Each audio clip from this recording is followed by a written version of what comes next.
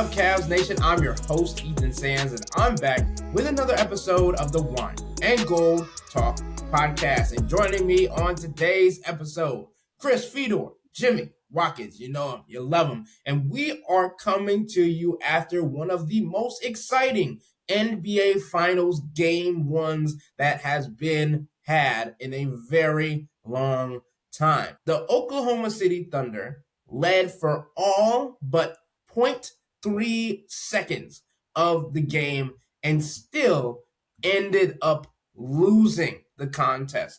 Also, I believe if my math is correct, Indiana had 17 more turnovers than OKC and 16 fewer field goal attempts.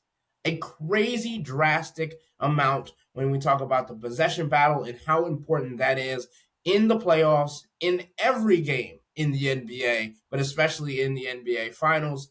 Guys, initial reactions to this game and Tyrese Halliburton and Indiana Pacers coming back from yet another crazy deficit. And just for our history buffs out there, Game 1 was the Pacers' fifth comeback victory from a deficit of 15 or more points in the 2025 NBA playoffs, the most by a team in a single postseason since 1998. I mean, look, this is who the Pacers are. They're a mentally tough team. They're relentless. They're never fazed by anything. Doesn't matter if they're at home, on the road. Doesn't matter if it's a regular season game, playoff game. They just look like a team that has been there before. They look like a team that understands, and it doesn't mean every single time they're going to come through and they're going to make the plays that are required late in games. But they have an understanding of what they want to get to in late game situations. They have an understanding of how they want to play in late game situations. There's so much knowledge that they've gained together throughout their playoff runs. And it's a testament to their mental fortitude. OKC is one of the loudest buildings in the NBA. I can only imagine what it's like for an NBA Finals game. And for them to be trailing the entire game and just never look like they were rattled. Like, yeah, the first half didn't go their way and they turned the ball over 20 times, but that was more about OKC's feisty defense. And I think that's about, you have to play against that defense to understand just how difficult it is, just how physical it is, just how tight the passing windows are, and all those different things that you learn by going through it. But they still felt like, hey, we've got a chance here. And they did. Late game situation, put the ball in the hands of Tyrese Halliburton. He makes the shot that Shai Gilgeous-Alexander couldn't make at the other end. This one was different, though. Like, we can't just wave away the first half turnovers. They only had 4 in the second half. Right. They adjusted well. Yeah. But they looked, the Pacers looked in the first half like a lot of other teams have looked playing against the Pacers early in series. They looked shocked by the Thunder's defensive intensity and aggression and physicality, all that stuff. That kind of half sinks you in most games. They deserve a ton of credit for, it's not just the mental toughness to come back as a whole. It's the mental toughness to, like, after all, I think that it was, what'd you say, 20 turnovers? I think they only had 9. They only gave up 9 points off those first half turnovers. Those turnovers can be so deflating, especially when they're stacking up like that. For Indiana to get back in transition and at least keep OKC at bay. OKC, I think, assisted, and their offense was really bad in parts of that. Jalen Williams was not good. Chet Holmgren was not good on this end of the floor. It was basically Shai do stuff. Oh, Lou Dort's making some threes, and Alex Caruso glue guy. Alex Caruso glue guy stuff. The Thunder had a really poor shooting night, and we can have a conversation about what's more likely to happen again. The Thunder have a bad shooting night. The Pacers have a turnover barrage, whatever. But that the mental toughness within the mental toughness, like for this to still even be a game, like the Thunder, when the Thunder are turning someone over like that, the game can end in 5 minutes. Like they could just go on a quick run and it's a 25-point game and you're done. And they were, you saw moments where they were sort of nudging it that way, but they could never, because the Pacers are making all these crazy shots. Obi Toppin hitting 5 threes. The Andrew Nembhard and one mixtape dribble series into the step back three floor. That was crazy. And just for a Cavs aside here, I'm thinking two things. Number one, it's one thing. Obviously, we all understand the Cavs need to take a step forward in mental toughness. But for them to go up against one of the mentally toughest playoff teams I've ever seen, that's a mismatch I don't think we realized was a mismatch in the moment, right? Like, it was a 5-game series. There's a lot of reasons it was a 5-game series, but we talked about it at the time. You could really dumb that series down to the Pacers were more resilient than the Cavs. And the more we see of the Pacers, the closer we watch the Pacers, the more we understand, like, that gap is much wider than we think. And like, maybe, it's hard to keep pulling off all these comebacks. And you can say, I mean, you could keep saying, we could have another shot quality conversation about, man, the Pacers are making some crazy shots. Look, man, I heard a stat on some podcast leading into the week this week. They were like 24th in shot quality during the regular season and 6th in effective field goal percentage. Like, this is what they do. And I'm just thinking going forward, like, let's see, we get Cavs Pacers again at a later date. Do the Pacers just have a built-in mental edge? Like, I worry that there could be like like the Cavs go up by 10 and then the Pacers hit a 3 and the Cavs dribble off their foot and there's like a here we go again kind of thing happening. Like, that goes for everybody, by the way. If you're up by 12 against the Pacers and they score 2 buckets in a row, you're thinking about it. You are thinking about it. This series in particular, we talked about it beforehand yesterday. Me and Jimmy went into why we thought this series could go either way. I picked a sweep, by the way. 0 for 1. 0 for 1. So much for the sweep take there, Jim. But there was an Alex Caruso and one. And sometimes that can be like a backbreaker for teams. And then the Indiana Pacers came down and hit back-to-back threes immediately after. And we're like, we're not going away. So, Jimmy, I think that's a great point. And there were like multiple instances throughout the game where you could just tell that it didn't matter. Like, Shea would go bucket for bucket for bucket and get to his spots and tear up the Indiana Pacers defense. But the Pacers would come back down and find a flow of their own. And it was like, even though that 12-point lead that they took in the halftime, it felt like they could only cut it down to 8 or 9 at best throughout the second half until the end of the game.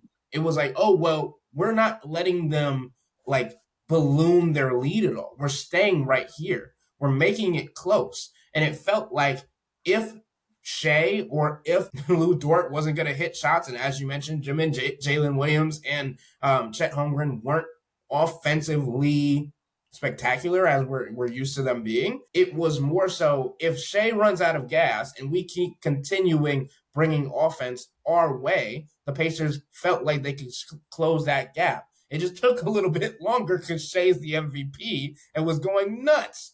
But I think when you talk about a guy like Obi Toppin coming in and hitting some crazy threes, you got Andrew Nembhard, as you mentioned, and Aaron Nesmith just doing what he does, knocking down corner shots.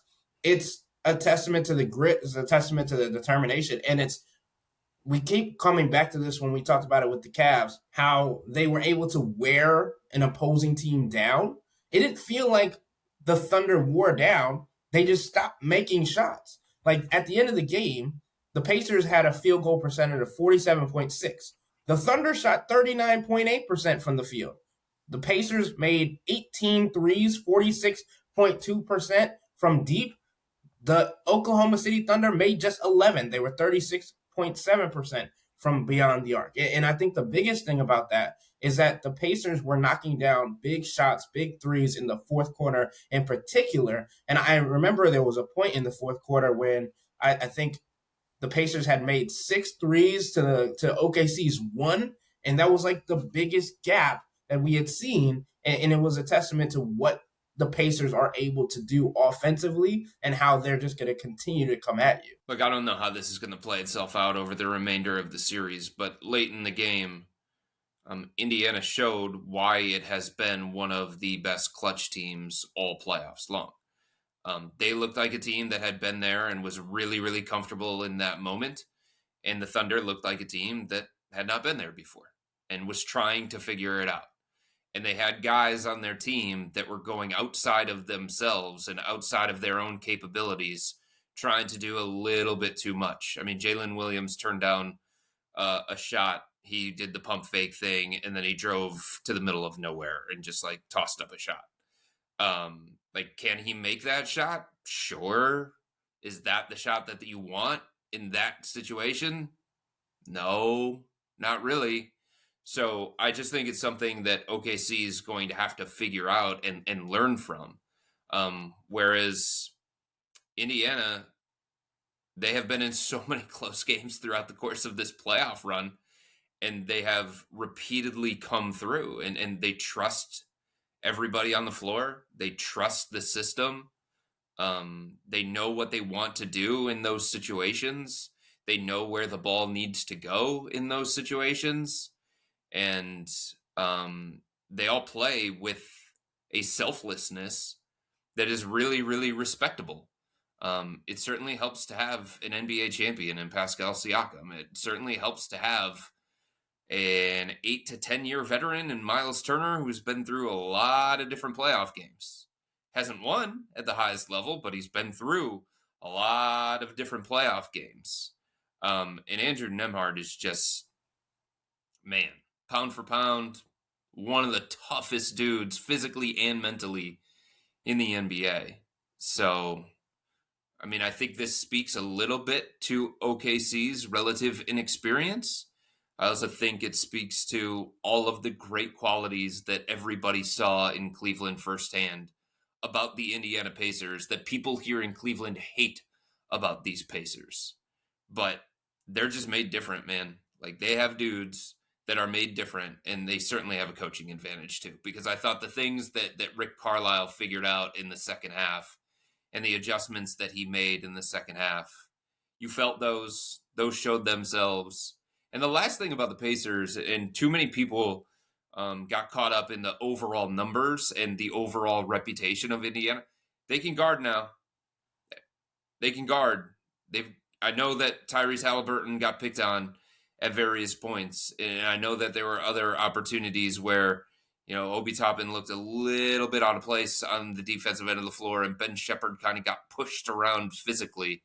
But overall, they can guard. And in every single series that they've played, basically, there's been a 30-point scorer on the other side.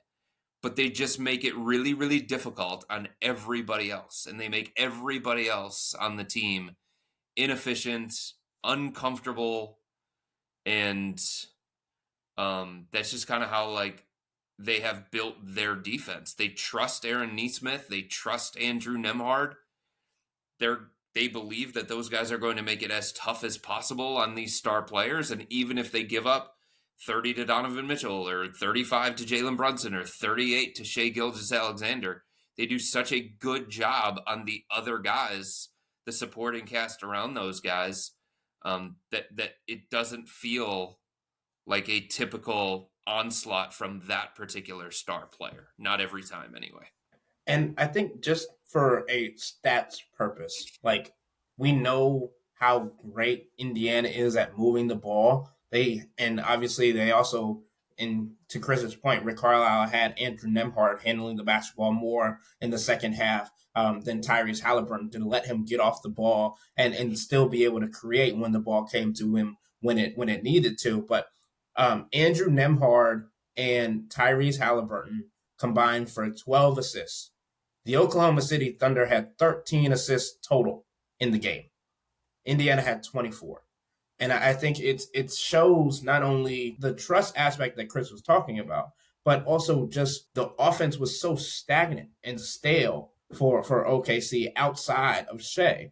And it's not like the ball wasn't moving. It's just like it couldn't. Aaron Nesmith, Andrew Nembhard playing tight defense, and also TJ McConnell being a pest defensively, even though he's not the biggest guy, he sure is annoying, right? So I think there's definitely different aspects to each team's game that they were able to use, and Rick Carlisle being able to adjust to those things was extremely helpful. But I wanted to turn this into, as we always do, a Cavs question as well. And it goes to the very beginning of the game where the Oklahoma City Thunder changed their lineup, their starting lineup that they had been using throughout the entire playoffs, and implemented Cason Wallace in his second season in the NBA and took out Isaiah Hartenstein. So, guys, there are a lot of Cavs fans throughout the playoffs that were questioning whether or not the Cavs should have done this throughout their series against Indiana. Sure, it didn't pan out as OKC would have wanted in the end, but there were definitely reasons that Cason Wallace should have and made sense to be in the starting lineup to help guard Tyrese Halliburton at the beginning of the game. And then you have Alex Caruso come off the bench and you get different looks and different bodies on Tyrese that makes his life so much more difficult.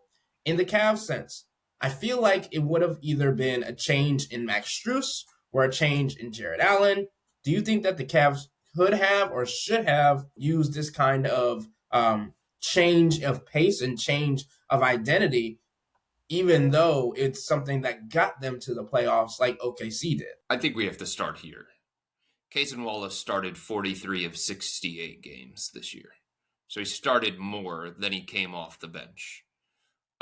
The other thing that we have to point out is that a lot of people actually were making fun of Oklahoma City because they would start the game one way, and then at halftime, they would come out in the third quarter with a different starting lineup.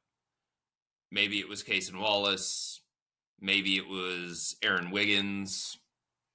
Maybe it was Alex Caruso. But this is something that they did throughout the course of the regular season. They started one way. They finished a different way. They opened the third quarter a different kind of way. I think part of the reason why they did that is because they are so versatile, because they do have so many playable guys, because they do have so many different styles. And I think they wanted to workshop some things. When you build the lead that OKC did in the Western Conference and you just basically ran away from everybody in the conference, you're able to play around in the regular season a little bit. You're able to experiment with things. You're able to build trust in certain lineups. You're able to empower some of these guys coming off the bench. You're able to go to Isaiah Joe to start the third quarter. So this is something that they did all throughout the season. It's something that they were known for throughout the course of the season.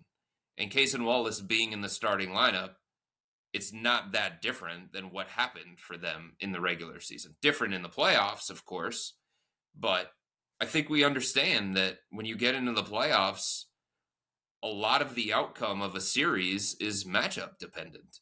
It's matchup specific.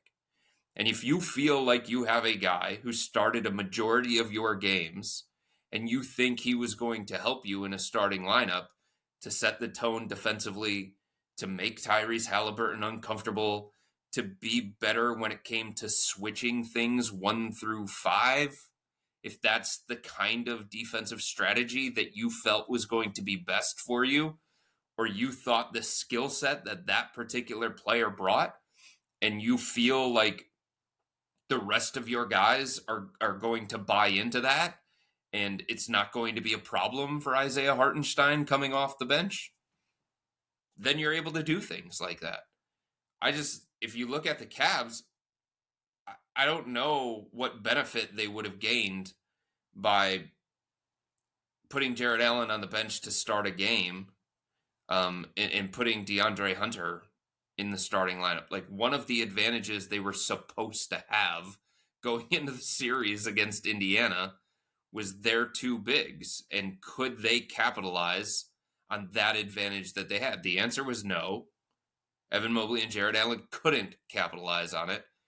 But how they wanted to play, especially on the offensive end of the floor, they felt like it was more beneficial for them to have the two bigs out there, if they could have capitalized on that particular advantage. It's on the players, though, to go out and make sure that that is an advantage, and they didn't do that. In a series where you say your offense failed you, though, we don't think there could have been more, at least maybe not to start games necessarily, but there certainly could have been more room for single big lineups, more space. I mean, DeAndre Hunter's injury complicates this, of course. There's no way around that. But I do think there were more like what the Cavs' two big lineup was showing us. Other than the one game they won, which they did win handily, to be fair, and they did get a bunch of offensive rebounds that helped level the possession game in the Cavs' favor there. I don't know. I do think there could have been some benefits to going single big. And I do think also that while, yes, Casey Wallace was a regular starter during the regular season, that was partially because Chet Holmgren missed a big chunk of time. Sure. Isaiah Hartenstein was also hurt for parts of the season. And Casey Wallace did tie his career high for playoff minutes tonight as well. Like his role did not dramatically, substantially change tonight. And I do think that's worth applauding for Mark Daigneault, because I think we talked about this before the Pacers series with the Cavs. Like there's this line of thinking, particularly when you're a favorite, that, well, we're not going to change what we do until they show us that we have to, because, we're not going to let them dictate to us, harumph, whatever. Mark, I think there's value in the humility that Mark Daigneault showed in doing that. And it makes sense for space, yes. But also when this team wants to play so fast, a guy like Isaiah Hartenstein, Casey Wallace is just going to help you match up speed, quickness wise, change of direction wise. Look, I think if you're in a situation where you feel like you gain something by making that particular change or that particular adjustment, then you do it. I'm just asking, what would the Cavs have gained by going to an injured DeAndre Hunter in the starting lineup? But what if it wasn't DeAndre? What if it was? So who else was it be? Dean Wade? What if it was Dean Wade? Or no? What if it was Isaac Okoro in that series? No, we had those. We've had those conversations. What if it was here? What the answer is? What if it was a warm body? Because Jared Allen was just floating through the end of that series. We already saw them grasping at straws anyways by the end of that series. Like, I'm the poke you with a stick meme guy. Do something. Jared Allen had the best net differential of any player in the Cavs during that series against Indiana. So he was finding he spaced out at various points. He was ineffective in multiple games down the stretch. He got lost at points on defense, but he was still helping them. And he does help their offense. He makes things easier on Donovan Mitchell because he frees him up with his screens, because he is a lob threat, because he can play out of the pocket because of the vertical spacing and stuff like that. So I totally get just the general idea of, if you feel like there's somewhere else that you can go that's going to create an advantage for you, absolutely explore it and use it more frequently. I just don't know how much they would have gained by doing that. And listen to the names that you're throwing out as other options. Like, think about it. Dean Wade? Like, come on. We really doing that? Isaac Okoro? Like, Isaac Okoro has a better chance of guarding Tyrese Halliburton than Max Strus does. Does he not? Dean Wade has a better chance of guarding Miles Turner on the perimeter than Jared Allen does. Yeah, but there's another end of the floor. Like, you have to balance crushing Dean Wade in the post. Miles Turner is also crushing Dean Wade in the post. Miles Turner is killing smaller players and switches at this stage in his career. He's starting to carry that weight around. Here's the difference between Case and Wallace and Isaac Okoro. When it comes to Case and Wallace, there is no give and take. There isn't. He's not somebody who the defense is just going to flat ignore. He can knock down an outside shot. He can pass, dribble, shoot. He can take his defender off the dribble. He can beat mismatches. He has more freedom to do that within Oklahoma City's system. But, like, it's not an either-or proposition. Like, with some of the Cavs players, what you may be gaining defensively, in theory, Like, you talk about the other end of the floor, and you're like, what are they providing to you? So if there was a better, more complete, more viable option, I'd be all ears. The only one was DeAndre Hunter, and I just didn't think like it made sense to put him in the starting lineup because his skill set to me was better coming off the bench for the Cavs, where he could have more freedom, the ball in his hands, occupy more possessions, stuff like that. So can I just do a quick, like Jared Allen, the net differential thing, he was a net negative plus minus wise in 4 of the 5 games. I know that. So I get now he was also the best of the Cavs in that particular category. So were a lot of Cavs, obviously, but like it's not like Jared Allen was lighting the world on fire out there. I have defended Jared Allen for his playoff lapses. I believe he is a function of his surroundings. The surroundings were bad, so he looked worse. I get that. But like, I don't know, DeAndre Hunter in game 5, like, I mean, at this point, what are we doing, honestly? But DeAndre Hunter in game 5 was 5 for 12 with like 12 points. What if he was like 7 for 14? I don't know. Like, just try.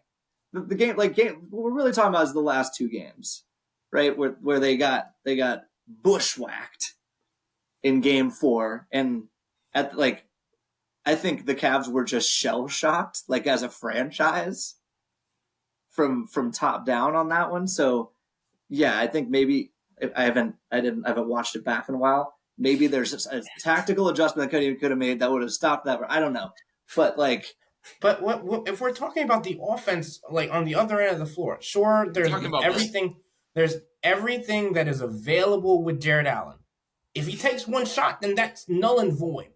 Can we agree on that? No, he has other responsibilities besides taking shots. Do you right, think Isaiah Hartenstein has a responsibility for the Oklahoma City offense? He absolutely does. What I'm saying is we know that Jared Allen still has to set screens. We know Jared Allen has to do all of these things. In game 4, he had 2 points, 2 rebounds. Dude, game 4 was over in like 10 minutes. Yeah. It was over in like 10 minutes. Like, we can't be nitpicking, but like the entire franchise failed miserably in that game, and Jared Allen was part of it. And you want to even say that he was the worst defender? Like, he ate the punch the hardest. He shut down the most. Yes. You want to say that? Cool. But like, him not playing, like everyone was that way, you know? So that game in particular is not the one to point at and say, Jared, I do think, again, generally speaking, there could have been more. There could have been at least more attempts. But again, DeAndre Hunter's injury complicates this matter because his first game back, he was not himself. It was clear. So it's a gray area. I still applaud Mark Daigneault for doing it from Jump Street, but because that's not a choice that I don't think a ton of coaches are making that choice game 1 off the rip in the NBA Finals after you just ran through the West the way they did. But Chris is making a very valid point in saying the Cavs version of Case and Wallace could barely grip a basketball. And then the other guys who could fill that role shoot like they don't grip a basketball very well.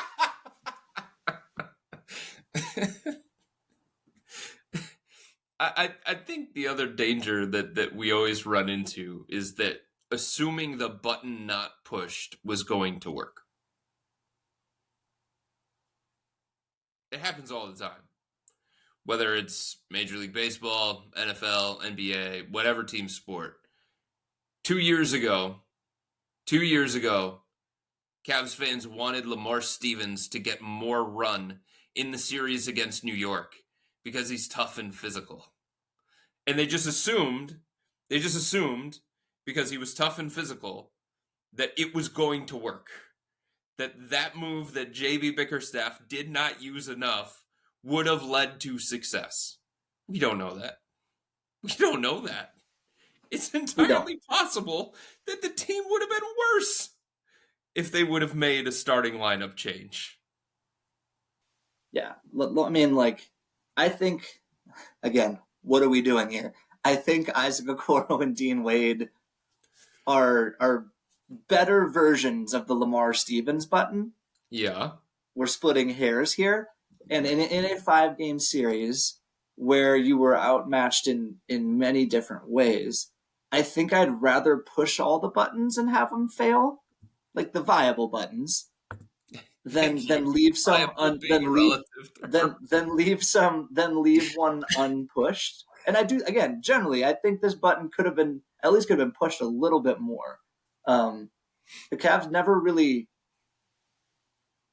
changed shape in that series, but again, you just keep running into the wall of DeAndre Hunter dislocated his thumb very early in the series. So I don't know. You don't know whether stuff would or would not work if you don't try them. So right, but you have to be motivated enough and have enough belief to try it. And think that motivated enough in a game 5 when you're down 3-1.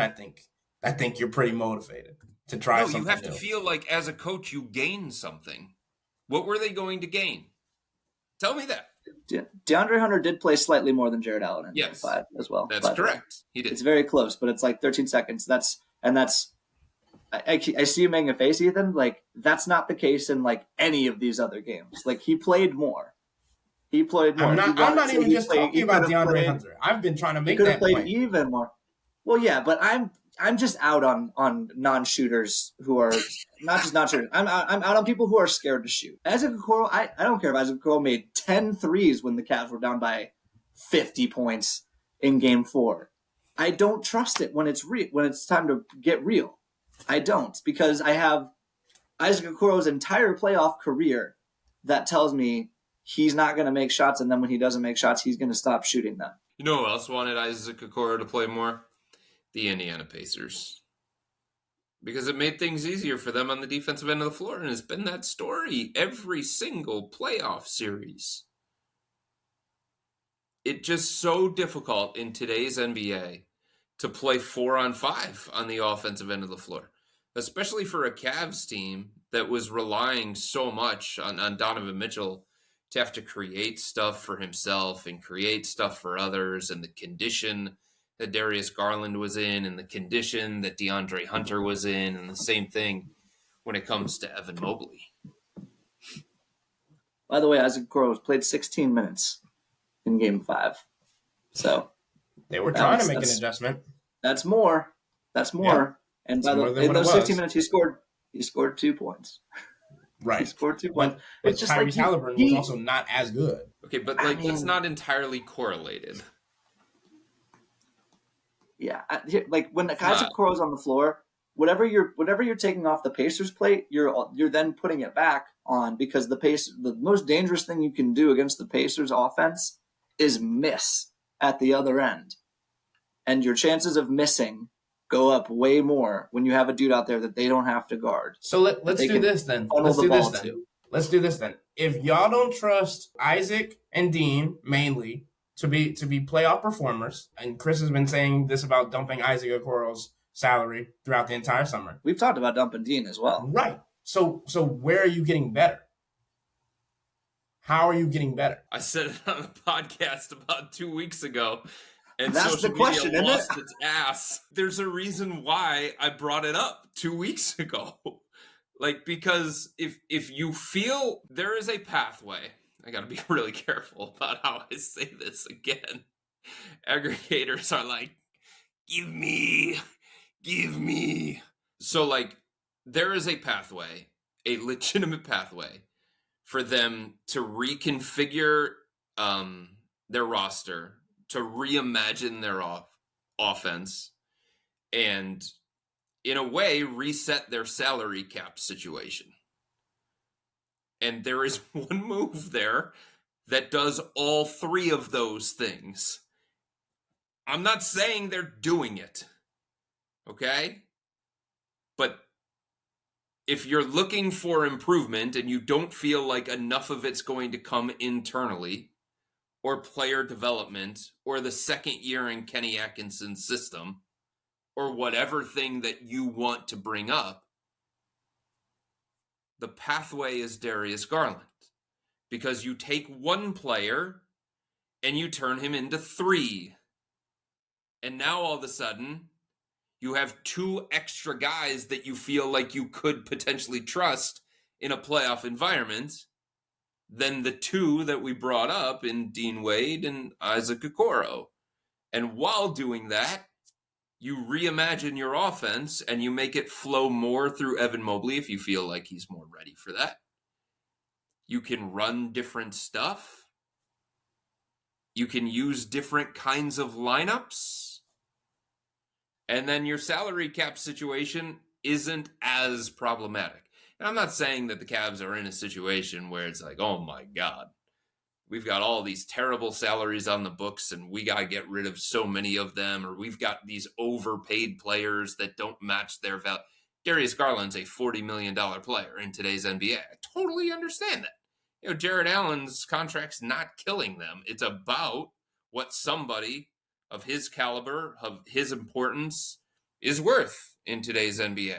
Same thing with Evan Mobley, Donovan Mitchell. But, in today's NBA, with the CBA and the regulations and the restrictions and all that kind of stuff, it's hard. It's hard to be that top heavy the way that the Cavs are without feeling like you may have to make some cuts at some point, somewhere. The Denver Nuggets had to, I know ownership's different and stuff like that, but the Denver Nuggets won a championship and they're like, we got to cut stuff. And they said goodbye to Kentavious Caldwell-Pope. So, yeah, there's a reason why I keep bringing this up, even though I know not a lot of people want to hear it. And they're like, Chris, why don't you talk more about Jared Allen? Jared Allen's the piece that needs to be traded. You're not getting as much back for Jared Allen. That's the problem. And some of your offensive complications potentially in a 7-game series against teams like Indiana, they aren't fixed the same kind of way that they could, emphasis on could be, with moving Darius Garland and getting other pieces back that deepen your team in a playoff environment, not during the regular season.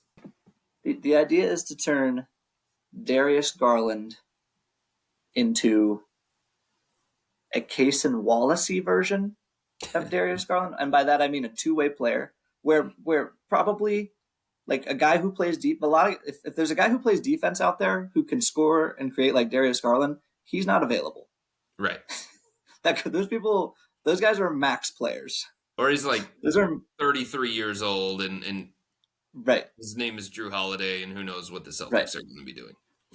Right. So, but even Drew Holiday is not. No, and he's never not the has been. The reason Drew Holiday got traded from the Bucks is because the Bucks were like, I don't know if this guy can be one of our primary creators in the playoffs. Right. That's what happened. That's why they traded for Damian Lillard. So even a Drew Holiday type, that kind of guy, maybe a little younger, but that kind of guy, and then get a Case and Wallace-y version of Isaac Okoro and Dean Wade as well. And then on the back end, with your cheapies, Isaac, you can get. You can't replicate the high level of defense that Dean Wade and Isaac Okoro give you with minimum contracts.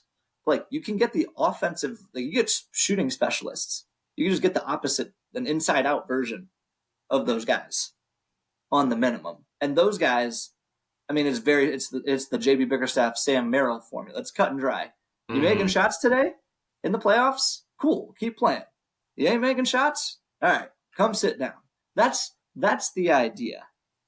That's the idea with the Darius Garland trade. And the reason why we keep circling around this stuff is because we keep having these conversations about what could they have done different? Mm-hmm. And then the suggestions that we throw out there, it's I don't trust those guys. or it's the conversation we've been having about if you lose Darius Garland, then I have concerns about the creation. If you lose Jared Allen, I have concerns about the screening and the defense. Like, it sounds like you need to shake the snow globe a little bit. Yeah. It sounds like you need to, cash in one of these big chips for some smaller ones that check a couple of different boxes. Right. That might not be as talented. And that's usually what happens in a trade. But I don't know. I still don't know that there's a deal out there that would satisfy the Cavs enough to say yes to. I have brought up a few hypothetical ones. Some fans like more of the Minnesota version ones, the New Orleans Pelicans version ones, instead of the Orlando Magic ones. But,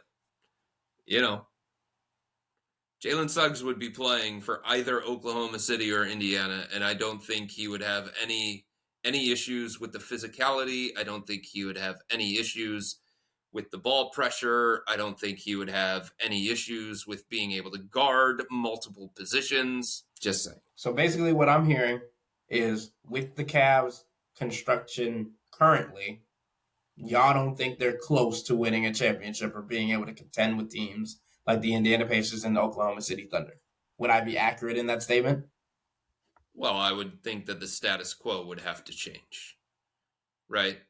Things changed with the Boston Celtics. They changed drastically with the Boston Celtics. If something like that were to happen to Indiana, if something like that were to happen to New York, if something like that were to happen to OKC, and I'm not wishing it on any of those teams, but that's the thing that we know about NBA basketball. Things change quickly. What you believe in September may not be what is in March or April.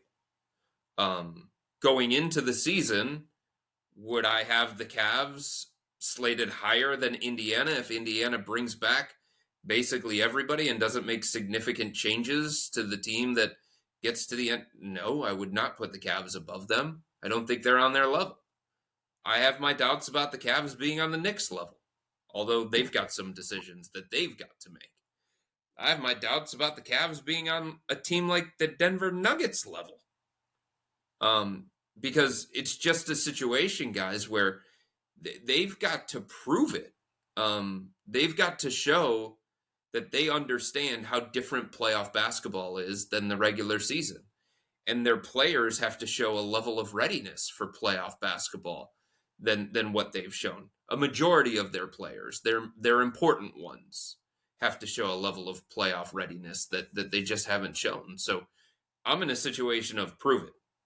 And the thing that's going to be really difficult for the Cavs is they might storm through the regular season again. They might have a historically great offense.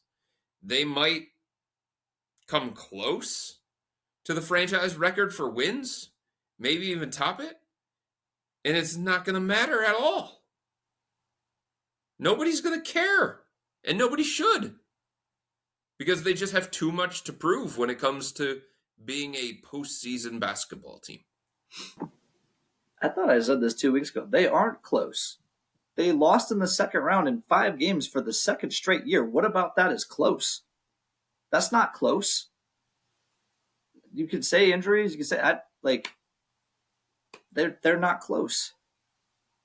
Maybe Evan Mobley. Evan Mobley's closer to where he needs to be. He's still floated at time. We're still having a conversation about, is it Evan Mobley? Like, does Evan Mobley need to go get the ball more? Did the Cavs need to call more plays for? Like, you don't. Other teams aren't having those conversations about their most important player. It's not all that. Like, somehow Karl Anthony Towns gets the ball. Huh. Weird how that happens. Yeah. Somehow he just gets the ball. He gets the ball a lot because he's the second best player on the team. Everyone understands it. And he could take possessions over. He's more skilled than Evan Mobley. That's not quite a fair comparison. But he's their version. I mean, Donovan's Jalen Brunson, Evan Mobley's Karl Anthony Towns. Even on offense. That's how it needs to be. We're not having those conversations. Darius Garland. Like, even at this point, like, I was thinking about this the other day. Darius Garland, Jalen Williams. Who do you want in a playoff series? To me, it's Jalen Williams, like, comfortably. Yeah, I think so. It's Tyrese positional Halliburton, size, Darius defense. Garland. Well, yes, of course. I mean, like, Tyrese Halliburton, Donovan Mitchell. Like, are we? I'm serious now. You're the one that said it this I know. time. I mean, look, this dude. I saw him on a graphic of all-time playoff whatever we're doing, like fourth whatever big ball shots. I don't know what exactly the time left on the clock was after this game. Factor off the charts. It's him all time. It's LeBron James. Maybe you've heard of him. Reggie Miller, who's retired, and Tyrese Halliburton, who's in the second playoff run, and he's tied with Reggie Miller with 5 of these things. Well, what am I supposed to do? I'm just following the information. But yeah, Darius Garland or Jalen Williams. Jalen Williams has had more big playoff games. Yeah. Like, in a vacuum, Darius is a better offensive player. I can point to Jalen Williams' moments and say, well, this is in there. This is in there. He's on a better team. I get it. But, like, what about this team is close besides a really good regular season, which we know doesn't equate to playoff success? And for all the ball handling with Darius Garland and the speed and the quickness and the change of direction and his ability to organize an offense and handle full court pressure when he's not getting upset about how physical it is, for all of those things, he's also relentlessly picked on the defensive end of the floor. And it's hard. It's hard when you get this deep into the playoffs to have that level of a defensive liability. It's really, really hard to strategize around that. It's really hard to scheme around that. It's really, really hard to build a team with the right components around that. Think about, like, all the different things that the Cavs have tried to do. And in theory, somebody like Isaac Okoro next to Darius Garland is supposed to help, right? But Isaac's still not good enough or respected enough on the offensive end, so it's almost like a negligible thing.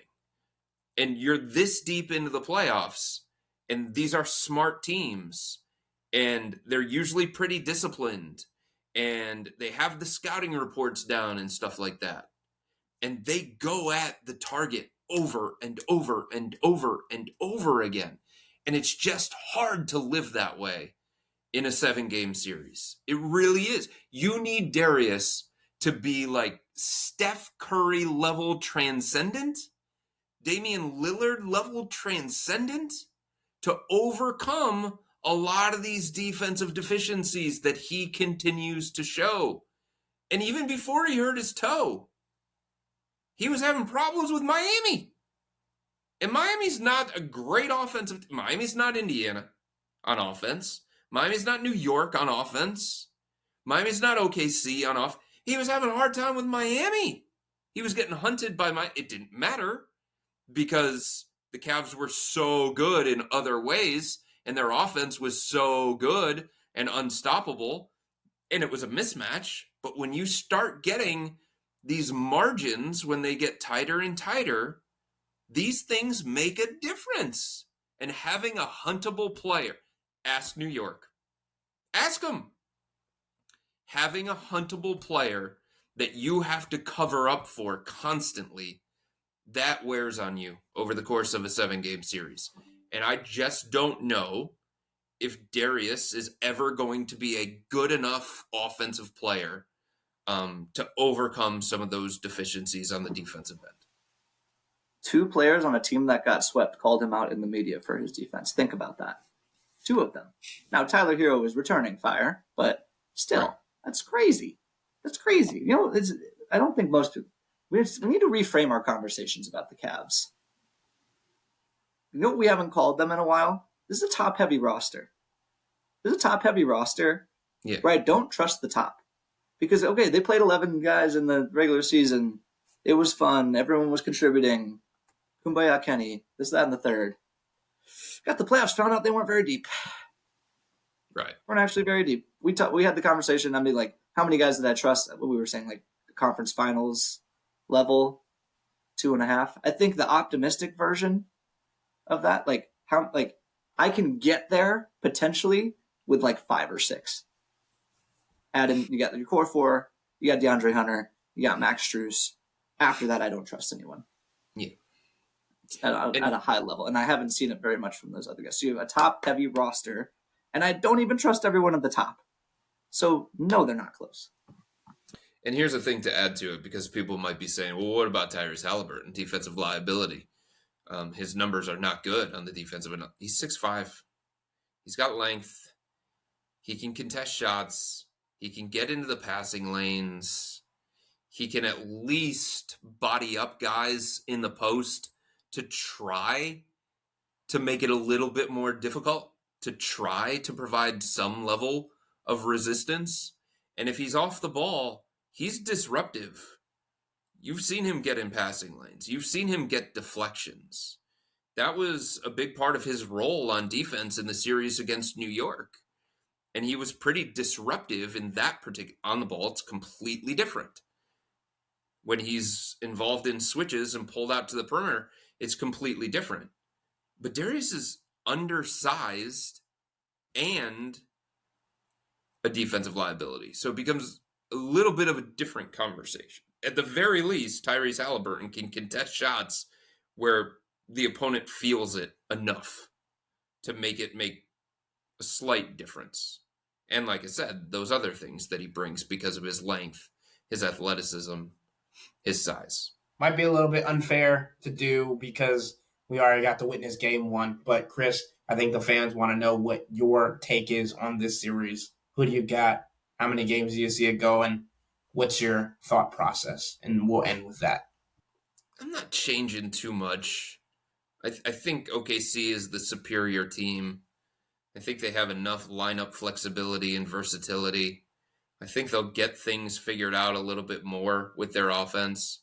And I do feel like this is the kind of team that is going to learn as they go on. And it is the kind of team that has shown that it can learn from its failures.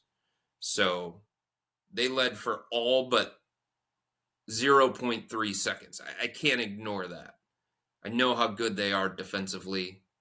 I know that they have more reliable offensive players than what was shown tonight. Chet Holmgren was just non-existent. Jalen Williams. Chet looked overwhelmed. He did. He looked like a guy playing in his first finals game. He was pressing at times. Yeah. Looked like he didn't really belong in this series. I think it's going to have to play itself out a little bit differently, and we give him a little bit of latitude to try and figure it out because it was his first NBA Finals game. But he certainly looked overmatched and looked like he didn't belong on the court at either end of the floor in this particular series. It's up to him to change that the rest of the way. Jalen Williams has had these kinds of games before in the playoffs, and he has found a way to bounce back. He's really, really tough mentally and physically. I think he'll make some of the shots that he didn't tonight, some of the good looks that he got, that he missed. So I still think over the course of a 7-game series, I think OKC is the better, deeper team, and I think they have more answers. But it is so hard at this point to completely count out Indy because there's just something about them. I want to give one last stat, and we'll get out of here because Chris mentioned this, and I had mentioned it earlier. Since 1998, only 4 teams have won a playoff game despite leading for 30 seconds or less. Oof. The 1999 San Antonio Spurs in Game 2 of the Western Conference Finals, they led for just 10 seconds. The 2002 Los Angeles Lakers in Game 4 of the Western Conference Finals, they led for 13 seconds. The 2001 Dallas Mavericks in Game 5 of the first round, they led for 30 seconds. And then, of course, Game 1 tonight in 2025, the Pacers led for 0.3 seconds. Insane. Cinema at its finest. And I was saying this to Jimmy before we got on the podcast. If there are people that are legitimately not watching this series because it's small markets, you missed out. And I don't feel bad. That's not real. That's not a real thing. People who like basketball watch basketball. That's how it works. With all that being said, that'll wrap up today's episode of the Wine and Gold Talk podcast. But remember to become a Cavs insider and interact with Chris, me, and Jimmy by subscribing to Subtext. Sign up for a 14-day free trial or visit cleveland.com/Cavs and click on the blue bar at the top of the page. If you don't like it, that's fine. All you have to do is text the word STOP. It's easy, but we can tell you that the people who sign up stick around, because this is the best way to get insider coverage on the Cavs from me, Chris, and Jimmy.